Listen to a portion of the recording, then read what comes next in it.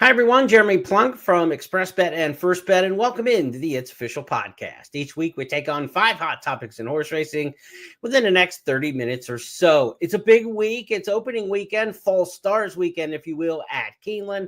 We've got Breeders' Cup major prep days coming up at Santa Anita, as well as Belmont at Aqueduct this weekend. And some of those same venues were in play last week with some of the races we're about to review. As we do in each and every week here on the podcast, we're going to start things off with Jeff Siegel's Goosebump Award. This is the horse each week who gets us most excited for what we saw on the racetrack, got us up out of our chair cheering and the hair on our arms standing up, in fact. Imagination lived up to his name in the Santa Anita Sprint. I didn't see this coming. Many didn't, but he couldn't have won more impressively. And it is the sprint champion, Straight No Chaser, who passes the 3/8 pole in front by a length over Awesome Rhythm, heading to the quarter pole.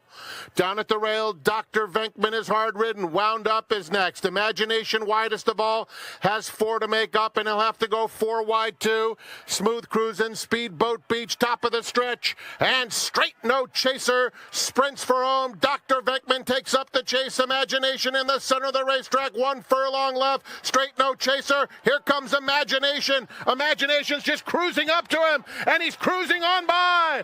Imagination, absolutely electrifying performance as he wins the Santa Anita Sprint Championship.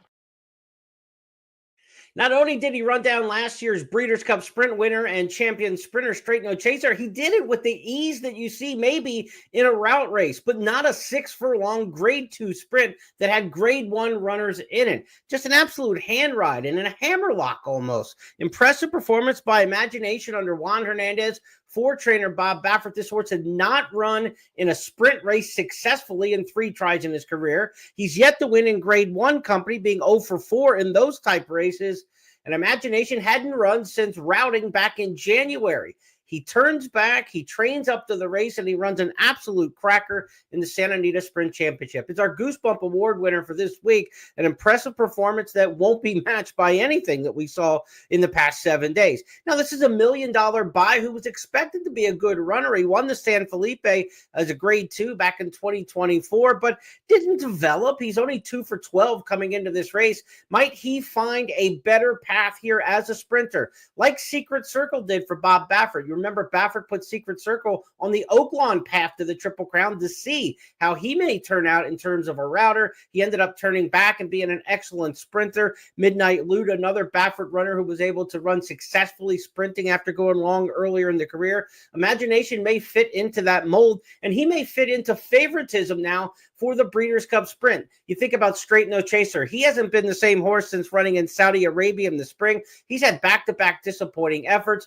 Bookham Dano, the horse who's dominated the East Coast sprint races this year, his connection said this past week they are bypassing the Breeders' Cup Sprint and saving up for a 5-year-old season next year for Bookham Dano. So without Bookham Dano, with Straight No Chaser kind of sliding right now, Imagination could be the favorite for the Breeders' Cup Sprint. He is amongst the choices. He's 10 to 1 according to Odds Checker, the international anti-post futures betting markets in Europe. Nisos at 7 to 1. Not expected, I don't think, for the sprint, but Ben Tornado, the favorite right now for the Breeders' Cup Sprint in the international markets at 4 to 1. Of course, he was second last year and coming off a big win last time out. Ben Tornado could be favored, but you're talking about lesser-known connections than a Bob Baffert charge, and I think Imagination towards the Breeders' Cup Sprint is obviously going to be one we have to watch. The Breeders' Cup Sprint for this one, Imagination.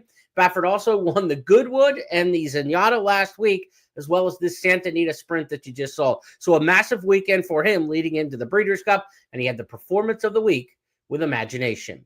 Let's go to our second topic this week on the big board, and look, we scoff at Kentucky Derby winners and how they haven't done much after the Derby in recent years. Well, not only is 2024 Kentucky Derby winner Mystic Dan in the news this week, he's back in the winner's circle after the Lucas Classic, but also the 25 Derby winner Sovereignty also had his form shined up a little bit again this week. Let's talk first about Mystic Dan in the Lucas Classic. He was a 3/4 length winner in that race at Churchill Downs with plenty of traffic trouble. 37-1 over the final 3 furlongs for Mystic Dan. He was impressive coming up the inside at a track that we know he loves. The Lucas Classic now sets him up for the Breeders' Cup Dirt Mile. fifth off the turn. At the top of the stretch, Disarm powers up to grab the lead. Banishing trying to hang tough. Mystic Dan in so tight. Bounced around but still trying. Hit Show coming down the center. Disarm in front. Mystic Dan shakes loose. Here comes Mystic Dan once again up the rail, and once again a winner at Churchill. Mystic Dan overcomes some trouble in this stretch to beat Disarm on the wire. Mystic Dan, the 4-year-old, now in great form at Churchill Downs this year. He won the Blame earlier. Of course, 4 of 6 lifetime at Churchill Downs over that dirt. He also did win at Oaklawn in the mud, if you remember back in the day when he won the Southwest Stakes as a 3-year-old in the mud. But he's 1 for 10 outside of Churchill Downs. So will he head to Del Mar with success? We shall see in the Breeders' Cup Dirt Mile. Trainer Kenny McPeak says that race may fit his stud potential better. We know he's already won at 1.25 miles, of course, with the Kentucky Derby. I think that's a little bit of gamesmanship that they're doing it for stud value. They're obviously looking for an easier spot than taking on the heavyweights in the Breeders' Cup Classic division. But Mystic Dan, a horse who right now is listed at 16-1 in the anti-post odds for the Breeders' Cup Dirt Mile. Horses like Locked, who won the Woodward over the weekend, right now is a slight co-favorite at 6-1. So Locked won the Woodward last week. He's favored to the Dirt Mile, but Mystic Dan has earned his way there, and he's earned $4.8 million lifetime. We cry and bemoan all the time that Kentucky Derby winners don't come back at 4 and they don't run well in the future. Mystic Dan is bucking some of that. Again, he was just 1 for 8 since the Kentucky Derby, though, before he won this race in the Lucas Classic. So he hasn't been a win machine, but he's been solid enough. The campaign was rough for him over the winter when he vanned from Fairgrounds out to the Malibu Stakes on December 26th at Churchill when they couldn't get a flight. I think that threw him off. The Pegasus World Cup then was back quickly after that. I think the travel situation in the winter really screwed up his campaign. He's been pretty darn good, though, since about early April when he got back on the beam. Derby Day, I think it was, in fact, at Churchill Downs when he ran at Oaklawn under Arietta and ran a really good race there. He's been pretty darn solid this summer. So Mystic Dan, it's good to see him back, and he definitely shined up his form this past week. The other Derby winner that we're talking about in this segment is Sovereignty. He didn't run. He's just training right now and getting ready for his favorite's role in the Breeders' Cup Classic. But once again, another 3-year-old this past weekend made his form look outstanding. That was Bracket Buster. In Sunday, he was favored in the Oklahoma Derby, coming off a 10-length runner-up in the Travers Stakes. We already saw the Travers third-place finisher, who was another 10-plus back behind Bracket Buster, that being Magnitude. He came back and ran second in the Pennsylvania Derby. And, of course, the Pennsylvania Derby was won by Baeza, a horse who chased unsuccessfully a couple times against Sovereignty earlier this year. So the form of Sovereignty backed up certainly by the 1-2 finishers in the Pennsylvania Derby, and backed up once again at Remington Park this weekend in the Oklahoma Derby. Midway through the turn, Mr. Omaha still there. Bracket Buster up alongside now, 1/4 mile to go in the Oklahoma Derby. 3 that back to third, and Iron Dome, top of the stretch. Bracket Buster swings off best and grabs the lead away from Mr. Omaha. Mr. Omaha back to second, furlong to go. Iron Dome third, and then Publisher a distant fourth. Bracket Buster was just biding his time for the first part of this race, waiting for the second turn, and now pouring it on. Bracket Buster to take the Oklahoma Derby and do it easily by 4. Bracket Buster, maybe not a Breeders' Cup horse. Breeders' Cup Dirt Mile has been a spot for horses out of the Oklahoma Derby in past years, so even some successful winners on Breeders' Cup Day out of that race. I don't know that he goes to the Breeders' Cup. Trainer Vicky Oliver certainly supporting heavily the Kentucky program. I wouldn't be shocked to see this one headed towards the Clark Handicap the day after Thanksgiving and take on older horses there. But Bracket Buster's had a really nice year and is a 3-year-old who's on that second cusp. But he's kind of at the top of the second cusp. You can look at him in the same breath with the Gosgers of the world and some of the others that we've seen. But it's certainly a big 1, 2, 3 in the 3-year-old division. We know that. And then we got a 4th member of the 3-year-old division who kind of announced he's in that cusp as well, that being Nevada Beach. Nevada Beach for Baffert, upsetting Full Serrano, the Breeders' Cup Dirt Mile winner in the Goodwood Stakes this past week at Santa Anita. So that second division of the 3-year-olds had a good weekend with Bracket Buster, with Nevada Beach, but certainly the big 1, 2, 3 in the 3-year-old division, it's Sovereignty, a big gap back to Journalism, and another small gap, I think, to Baeza. You could argue Baeza and Journalism in the 2-3 spot, but there's certainly 1, 2, 3. Now, as for the Breeders' Cup Classic, here are the odds from oddschecker.com and how they shake out right now of the major players for this year's Breeders' Cup Classic. Sovereignty, a huge favorite in the early wagering, in the advanced wagering, I should say, the futures wagering in the international markets, a 7-4 favorite. Less than 2-1 odds, more like 9-5 if you would see on a U.S. tote board. Sierra Leone, second choice, defending champion in the Breeders' Cup Classic at 5-1. Fierceness coming off his win in the Pacific Classic, next up at 8. Forever Young is amongst the group at 12-1. You see him pictured on the right. We focus on Forever Young because he's about 24 hours away from his first or his last major prep for the Breeders' Cup. We're going to see him run at Funabashi Racecourse in Japan. Same prep race he used last year before coming over for the Breeders' Cup. He's not raced since running third in the Dubai World Cup, but we are just hours away from Forever Young coming back to the races and probably punching his ticket back to the Breeders' Cup Classic. Of course, he was third in the Classic last year, third in the Kentucky Derby, 8 for 11 lifetime. And again, coming off a third in the Dubai World Cup. Earlier this year, he won the Saudi Cup. Forever Young in action coming up. He's really the last of the major players to prep for this year's Breeders' Cup Classic. Journalism holding at 12-1 in the international markets. Baeza slightly behind him at 14. And we throw Nevada Beach in there, coming off that win in the Goodwood, so you can see what the thought process with the international bookmakers are, that Nevada Beach is a serious cut below the top 3-year-olds in there at that 12-14-1 range. Nevada Beach being offered right now at 25-1. Those prices as of this morning on Tuesday, September 30th, according to oddschecker.com. Let's move on here on the podcast. We go from the Classic division to talk about a horse we're very familiar with. In the Breeders' Cup Turf, the 2 of the last 3 years, the winner has been Rebels Romance. He could go for a potential third Breeders' Cup win coming up in a couple weeks at Del Mar. He won it last year. He won it 2 years ago. Only 3 horses have won Breeders' Cup races, or 2 horses, I should say, have won 3 Breeders' Cup divisions over the years, that being Beholder, a 3-time Breeders' Cup winner, and then the other 3-time winner, Goldakova, winning the mile in all 3 of her appearances in the Breeders' Cup mile, or actually in 3 of her 4 appearances in the Breeders' Cup mile. So can Rebels Romance join that kind of company and age 7 win a Breeders' Cup race for the 3rd time? Well, according to the old Billy Idol song, in the midnight hour, you want more, more, more. The Rebel yell from Rebels Romance, the way he looked this past weekend, he seems to want more, more, more. He's won 5 of 7 this year, including the Joe Hirsch Turf Classic this past weekend at Aqueduct. Red is about to cut loose from the back end of the field. Rebels Romance is now sprinting for home. Rebels Romance is trying to opening up and just is doing that. It's Rebels Romance who's clear. El Cordobas redistricting far bridge. But look at Rebels Romance just opening up on this grade 1 field. Has a 16th left to go. No doubt it's going to be Rebels Romance dominant in the grade 1 Joe Hirsch Turf Classic. Rebels Romance wins it easily, redistricting second, then come El Cordobas and Far Bridge. 2 minutes, 25.72. Give it to Rebels Romance.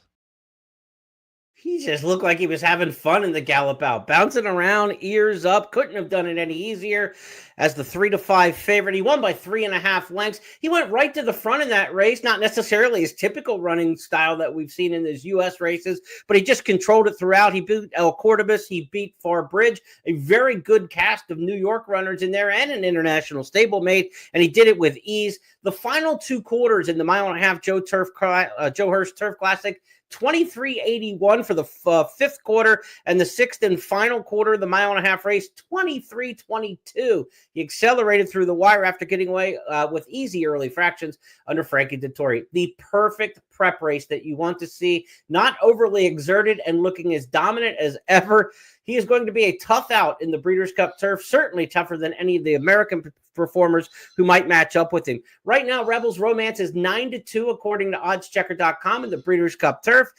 Europeans, Mini Hawk at 5-2 and Ombudsman at 4-1. The international runners slightly favored over the 9-2 proposition on Rebels Romance.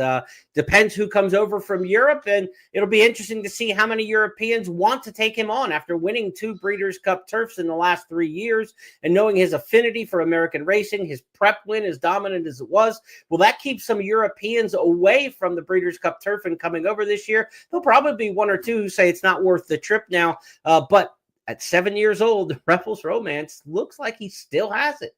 And he's going to be an awfully tough horse to beat in the Breeders' Cup Turf. Rebels Romance, third topic here this week. He wants more, and more. Fourth topic this week, as we switch to the distaff division, it's time for the ladies to take their spin. It's Spinster Weekend Sunday at Keeneland, the last really major of 11 stakes races offered during Fall Stars Weekend at Keeneland this Friday, Saturday, Sunday. And the Spinster Stakes, of course, is going to feature Torpedo Anna, defending champion in last year's Breeders' Cup Distaff, one of the heaviest favorites, in fact, the second heaviest favorite in history to win a Breeders' Cup race last year. She could go off at very short odds again if she's successful in the Spinster Stakes and runs her streak into this year's Breeders' Cup Distaff. We'll see her this Sunday in action at Keeneland. Expected field right now. They draw it, I believe, Wednesday or Tuesday. They will draw later today for Sunday, but expected in the field, Nitrogen, the winner of the Alabama, the 3-year-old filly for trainer Mark Cassie. Scylla, a filly who has been a sprinter in recent starts, 6 sprints in a row for Scylla. She may stretch out and take on Torpedo Anna for trainer Bill Mott in the Spinster Stakes. Leslie's Rose, winner of the Shoe V. Jin for Brendan Walsh, and maybe Alpine Princess for Brendan Cox, listed among the possibles. Again, that field will be firmed up later today on Tuesday. Be sure to check out the official entries for the Spinster Stakes coming up on Sunday. Now, we talked last week about the 3-year-old fillies not really stepping up at all to give Torpedo Anna much of a challenge.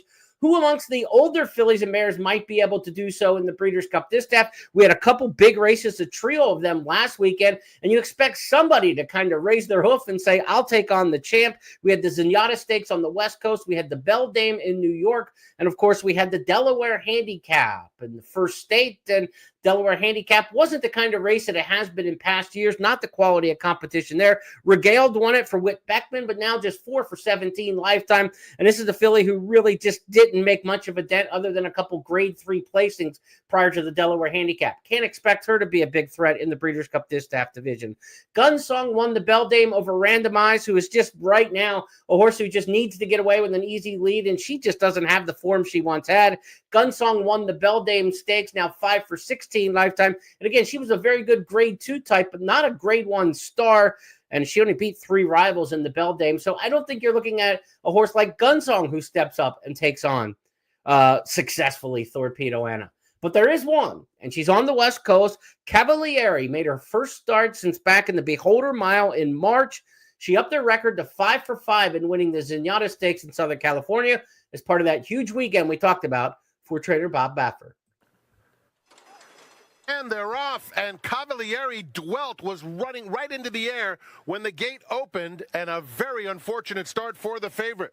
A quarter of a mile to go, and it's Ricci on the inside, and Cavalieri running an enormous race. Ricci, Cavalieri at the top of the stretch, and Cavalieri puts her head in front. Ricci has to respond. 3 back to Howen in third. There's 1 furlong left, and Cavalieri is getting the upper hand on Ricci, who's trying so hard, a half length back in second. Cavalieri, an enormous win in the Zenyatta, punches a first-class ticket to the Breeders' Cup Distaff.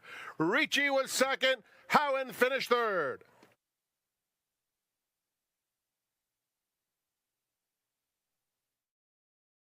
Let you go through the gallop out there with Cavalieri, because when you look at the Zenyatta Stakes, I wasn't impressed with the come home times there. They went slow the first half and they didn't finish up with big time fractions. So I think this win might be a little bit false in terms of being overly excited about it. Frank Miramati, the track announcer, certainly emphasized the difficulty at the start for Cavalieri and how she was game to win this race, but she wasn't dominant in the performance that would make you think that she could beat Torpedo Anna off of that. She will have some home field advantage at Del Mar, staying on the West Coast, but we've already seen Torpedo Anna successfully navigate the trip to Del Mar and win the Breeders' Cup Distaff last year over that same racetrack. So I don't know if there's some major advantage to the home field other than limited travel, easier travel for sure.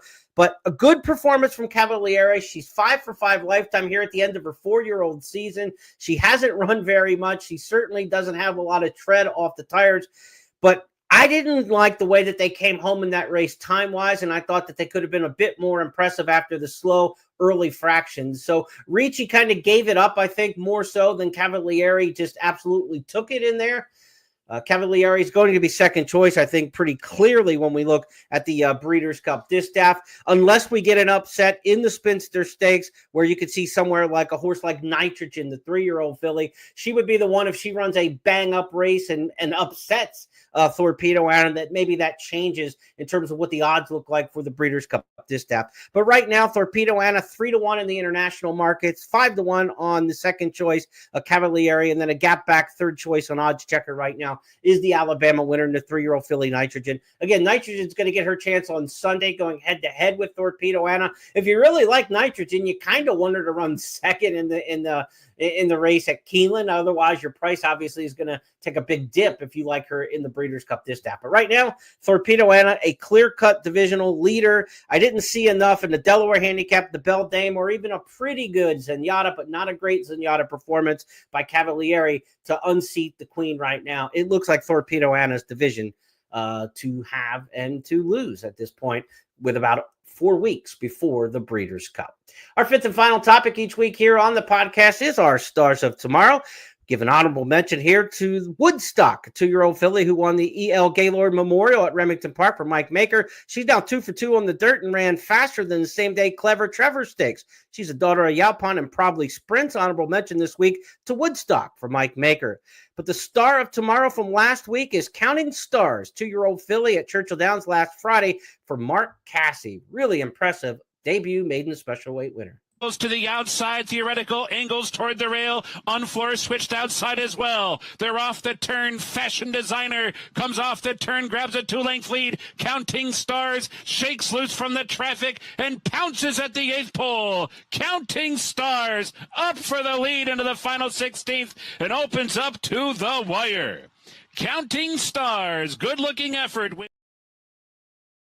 So Counting Stars, our 2-year-old Star of Tomorrow. Again, Mark Cassie trains for West Point Thoroughbreds by Honor AP, a really talented horse from one of the first crops of Honor AP. Honor AP in that 2020 season when Authentic won through the Triple Crown. I really thought that Honor AP was going to be one of the stars of that Triple Crown series. And I think if the Kentucky Derby been run in the spring that year, the way he was coming out of the races at Santa Anita in the spring, I think he could have been a Kentucky Derby winner. Of course, you had, Tis the Law also was a sharp performer that you could have made that same argument for during that time of year. But Honor AP, I think, is going to be a very good sire. This is one of his first fillies to race in Counting Stars, and $150,000 2-year-old buy at the Ocala sale in the spring. Counting Stars, one to keep an eye on in our Star of Tomorrow. Let's review the 5 topics this week on It's Official. We started off with this week's Goosebump Award. Imagination, back from a January layoff, just in a hand ride, sprinting, went by champion sprinter Straight No Chaser to win at Santa Anita for trainer Bob Baffert. The Derby winners both had some shine on them from the past 2 years over the past week. Mystic Dan, the 2024 Kentucky Derby winner, won the Lucas Classic with a final 3 furlongs in a sharp 37-1. He's headed towards the Breeders' Cup Dirt Mile. And then this year's Kentucky Derby winner, Sovereignty, had his form flattered once again when his 10-length Travers runner-up came back on Sunday, Bracket Buster, to win the Oklahoma Derby. Horses behind Sovereignty have now run 1-2 in the Pennsylvania Derby and won the Oklahoma Derby in recent weeks, and just underscore the form of the Breeders' Cup Classic favorite. Rebels Romance wants more. In fact, he wants 3 of those Breeders' Cup Turf titles. He won it in 2022. He won it in 2024. And his win in the Joe Hurst Turf Classic was as impressive as he's run here in the States. A really, really handy front-running win where he looked like he was just having fun. He is going to be a tough out in the Breeders' Cup Turf, that being Rebels Romance. The Distaffers get to go and take their spin this weekend in the Spinster at Keeneland on Sunday, part of Fall Stars weekend, headlined by Torpedo Anna and the 3-year-old filly Nitrogen. Field officially draws for the Spinster later today on Tuesday. We also took a look back at Cavaliere's victory in the Senata Stakes at Santa Anita and discussed the Beldame and the Delaware Handicap, underwhelming in terms of impact they could have on the Breeders' Cup Distaff. And our stars of tomorrow, honorable mention to Woodstock from Mike Maker and Counting Stars, the 2-year-old filly for trainer Mark Cassie, good-looking daughter of Hunter AP, winning her career debut last Friday at Churchill Downs. Those 5 topics are now official because Jeff Siegel and I say so, and that's how we play the game here on the podcast. I'll be back in 7 days' time next week with 5 more topics on the board as we get closer and closer to the Breeders' Cup. Now just 4 weeks away from the championships at Del Mar. Be sure to join me on Friday as we get back into some handicapping of these weekend stakes races. Fall Stars weekend at Keeneland. Certainly check that out this Friday as we handicap the races for not only Keeneland, but Santa Anita and Belmont at Aqueduct when I'm joined on the podcast by guest handicapper Scott Shapiro. We'll have that for you on Friday. One other programming note, if you enjoyed the podcast and my commentary, Keeneland, I have the Keeneland Look Ahead podcast the night before each day's racing of the Keeneland meet. So 17 days of the Keeneland Fall meet. We'll have 17 Keeneland Look Ahead preview podcasts, 8:30 Eastern, the night before the next day's racing. So with Friday's opening day at Keeneland, they'll debut on Thursday. Follow me on Twitter at HorsePlayerNow and on YouTube at HorsePlayerNow to check out those Keeneland Look Ahead podcasts. We'll have those for you. Again, 8:30 Eastern beginning this Thursday night for the opening day Friday card. On behalf of everybody with First Bet and Express Bet, send out our best wishes and our love to our partner, Jeff Siegel. And we want to wish everybody a great week, and we'll be back with you on Friday. Take care, everybody.